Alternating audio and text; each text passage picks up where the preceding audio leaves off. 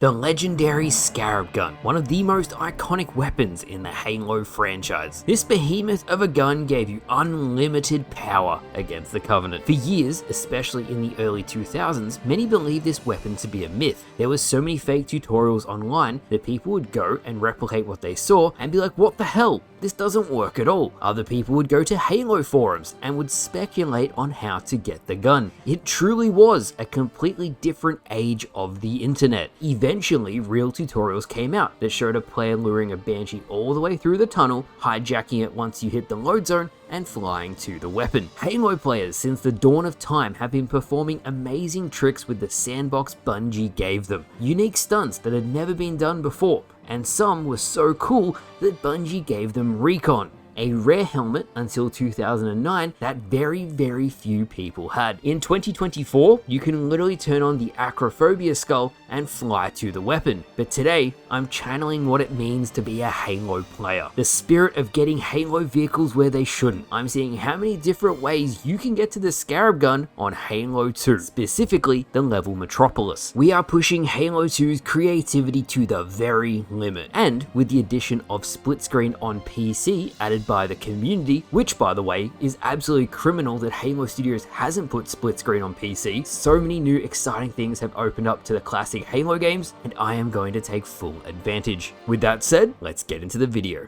Now traditionally, as I said, to get the Scarab Gun, you'll need to start the level Metropolis. You will drive across the bridge, lure the Banshee into the tunnel, continue to lure him past all of the enemies, and then once you get him into the cylinder tunnel, hit the load zone, the elite will despawn, and you hijack the Banshee. You can then fly straight to the gun. This sounds very easy, but back in 2005, whoever thought of this, you are a genius, a legend. Major props to you. So we have the traditional way, that's one. We have the acrophobia skull to fly up, that's two. The third way is the Mint Blitz way, and keep this tutorial in mind because it gets really crazy later in the video. The Mint Blitz way is to launch a Warthog from the bottom of the map to the top. To launch the Warthog to the Scarab Gun, you'll need plasma grenades. A lot of plasma grenades. Thankfully, the Pinata Skull will pop out a grenade every time you hit your co-op partner like candy. Then all I have to do is repeat this 20 times, so I have a massive stack of grenades on the ground. Next, I'll shoot the grenades into a tight pile so the explosion comes from one direct point. This makes it much more powerful. With that out of the way, I'll use the Black Eye Skull to get double overshields in case I need to get extra health and then get into the Warthog. Now for the launch itself, and this is what people don't know, you'll use one plasma grenade to detonate the rest. What it actually does when you use that one plasma grenade is it'll slightly move the stack and then they'll all detonate upwards. This leads to a multiplicative explosion that sends you flying. Nerdy as f, right? But I love it. I really do. No other game I've ever played is like this. So shout out to Bungie. Attempt after attempt, you'll keep on trying until you succeed. Every time you throw a plasma grenade, a different outcome will occur. So it's honestly all rinse and repeat until you get the launch you need, and then this happens.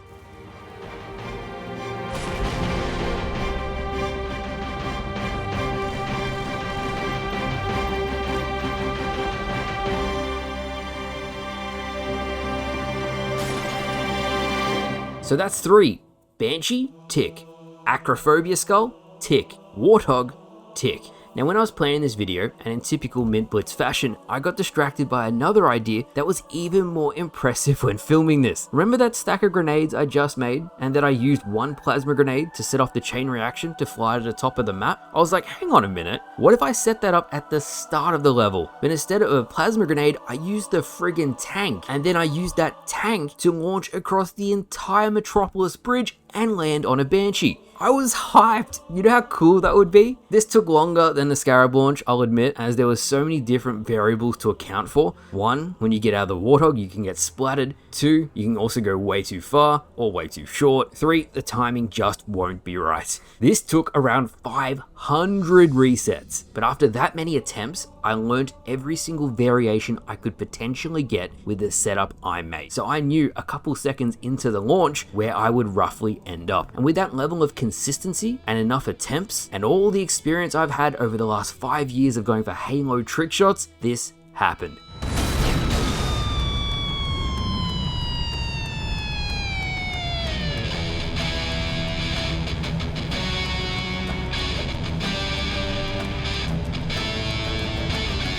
I the rear.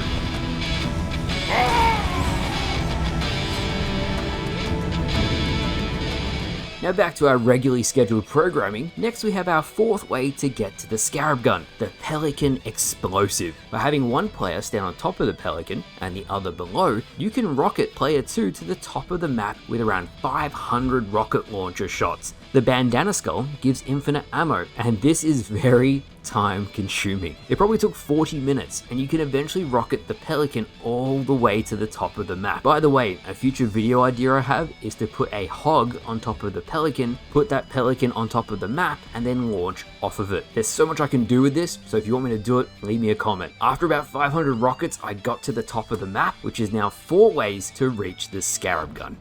The fifth and final way today I'm showing is a classic. I'm not sure why this is the case, but Bungie added these concrete explosive blocks in the final section of the level, and they are honestly insane. If you combine a plasma, a rocket, and then the explosive concrete block, you can literally fly to the top of the map. This is by far the most random way to get to the Scarab Gun. I guess in Bungie's rush to get the game out the door, they didn't check the explosive power of these specific blocks, or maybe they thought someone would have the brain to launch themselves to the gun this way. I would need to ask Bungie to find out for sure. Nevertheless, once I combine the plasma, the rocket, and the block, it shoots off the Master Chief all the way into the sky. And it's really weird, by combining all 3 of those things, it's almost a perfect launch, which makes me think Bungie did intend for players to do this, and maybe this was the official way they thought, or they did it themselves to get to the Scarab Gun.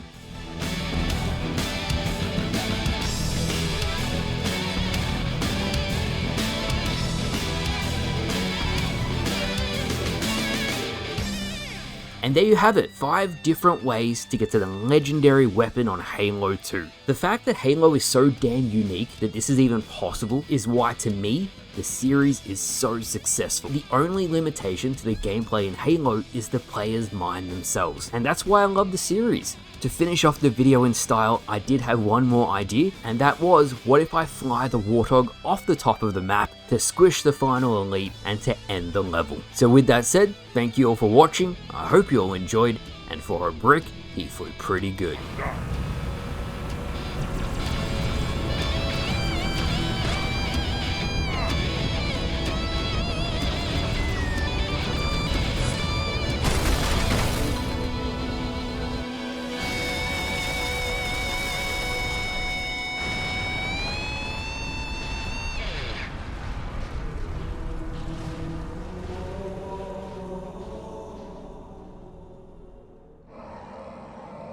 That's right, you mothers! Run!